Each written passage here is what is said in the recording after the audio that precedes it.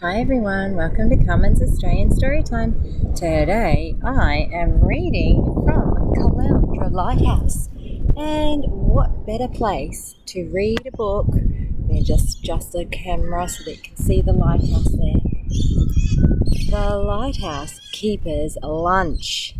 Now this is a very old but very famous book, and it's written by Rhonda and David Armitage and illustrated by them as well. Let's have a look at the blurb. Every day, Mr. Grinling, the lighthouse keeper, tucks into a delicious lunch, prepared by his wife. But Mr. Grinling isn't the only one who enjoys the tasty food. Will Mrs. Grinling think of a way to stop the greedy seagulls from stealing the lighthouse keeper's lunch? The Lighthouse Keeper's Lunch has become a modern classic loved by children everywhere. Oh, let's see if you love this book. I love this book, and I loved it when I was a child too. That's how old this book is. Now, I can see an interesting contraption. A contraption is something that's been invented to solve a problem. Can you, on the front page? Let's see. How is she going to solve the problem of the lighthouse keeper's lunch and those naughty seagulls?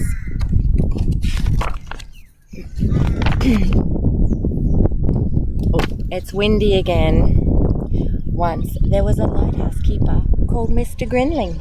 At night time he lived in a small white cottage perched high on the cliffs. In the daytime he rowed out to his lighthouse on the rocks to clean and polish the light. So they live in this tiny house up here, and then he rows all the way out. But what do you think this big long line, this big long cable's for? Mr. Grinling was a most industrious lighthouse keeper. Come rain or shine, he tended his light.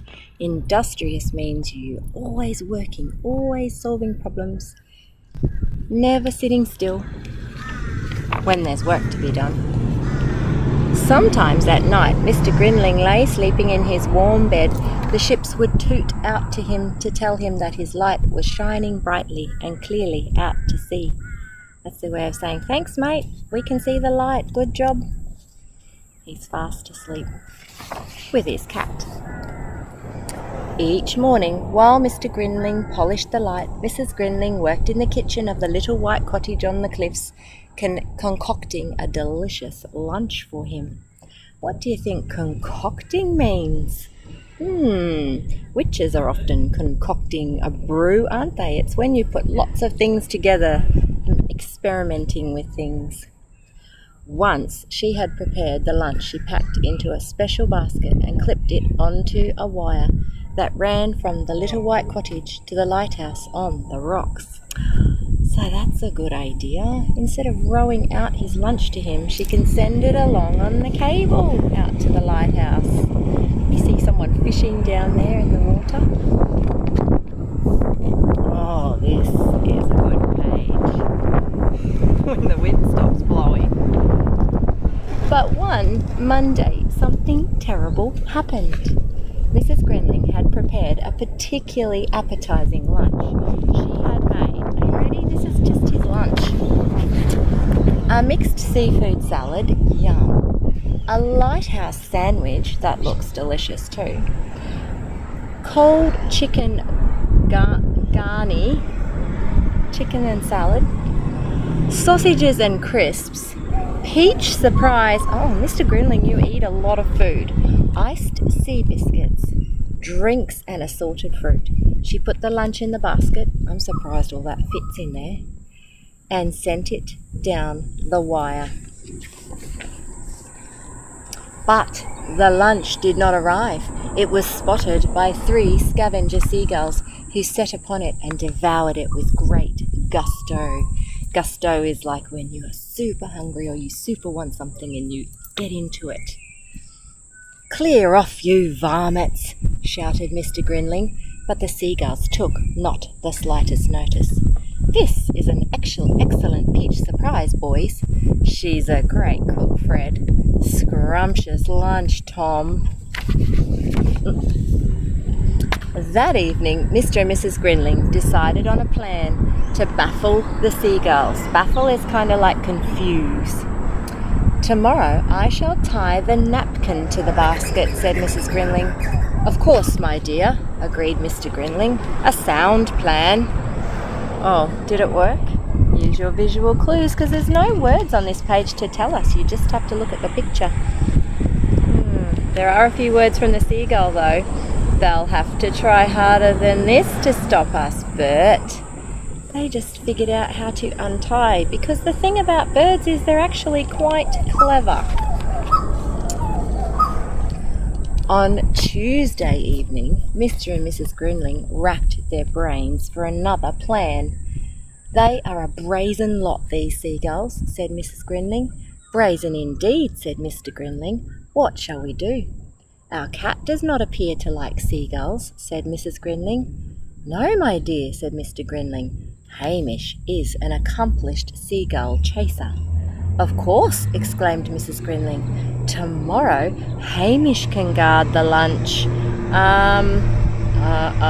What do you think of that plan? A most ingenious plan, said Mr. Grinling.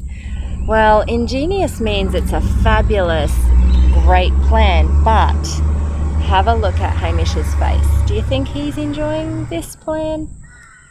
Hamish did not think that this plan was ingenious at all. He spat and hissed as Mrs. Grinling secured him in the basket. I don't know how she did that without getting scratches all over her. There, Hamish, said Mrs. Grinling consolingly. If you console something, it's when you give them a hug or a pat, try to calm them down. I'll have a tasty piece of herring waiting for you when you arrive home. Sorry, I've got an ant on me.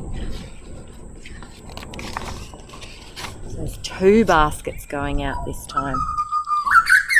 Sadly, Flying did not agree with Hamish. His fur stood on end when the basket swayed. His whiskers drooped when he peered down at the wet blue sea, and he felt much too sick to even notice the seagulls, let alone scare them away from the lunch. Oh, poor Hamish. I would be freaking out too, Hamish. Don't worry, I'm scared of heights. Pretty kitty, like a piece of lobster mornay. This food gets better every day, Fred. Aren't you going to chase us, kitty? Oh, teasing poor Hamish. That's not kind. Oh, he does look rather ill.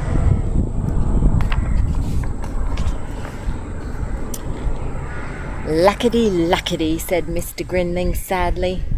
Meow, meow, agreed Hamish pitifully. Mr. Grinling does not look very happy with Hamish. He didn't do his job. I don't blame him. Poor Hamish, look at him down the bottom. Oh, I have a bush turkey come to visit me and see what I'm doing. I don't have any food. Let me see if I can show you. He's right here.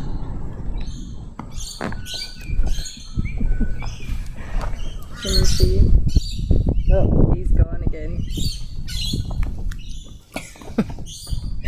Well, I often have people come and visit me during my story time, but that's the first time I've had a bush turkey come and visit me. Alright, let's get back on with the story. On Wednesday evening, Mr. and Mrs. Grinling racked their brains again for a new plan. What shall we do? Said Mr. Grinling. Mrs. Grinling looked thoughtful. I have it, she exclaimed. Just the mixture for hungry seagulls. Oh, so she's got a plan, and the cat's hiding this time, so he's making sure he's not part of the plan. What do you think you could do? What would your idea be? Let's see what she's doing. Indeed, my dear, said Mr. Grinling. What have you in mind? Wait and see, said Mrs. Grinling. Just wait and see. Mustard sandwiches, chuckled Mr. Grinling. A purely superb plan, my dear. Truly superb. Do you think? Oh, and it's extra strong if you look at the visual clues. Do you think the seagulls are going to like this? Make a prediction. On Thursday morning, Mrs. Grinling carefully packed the mustard sandwiches and sent them off down the wire to the expectant seagulls. Look at the cat's face, he's grinning too, going, "This is a good plan." Yuck! Ugh! Do you think it worked? I think you're right, it definitely did. On Friday, Mrs. Grinling repeated the mustard mixture. Oh boy. Alright boys, let's go and have lunch elsewhere. It's the same as yesterday's lunch, Fred. So on Saturday, up in the little white cottage on the cliff, a jubilant is extremely happy, Mrs. Grinling put away the mustard pot before she prepared a scrumptious lunch for Mr. Grinling.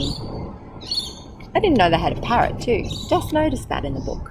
Sometimes you can read a book many times, and every time you read it, you notice something different. While he waited for his lunch down on the lighthouse on the rocks, Mr. Grinling sang snatches of old sea shanties as he surveyed the coastline through his telescope.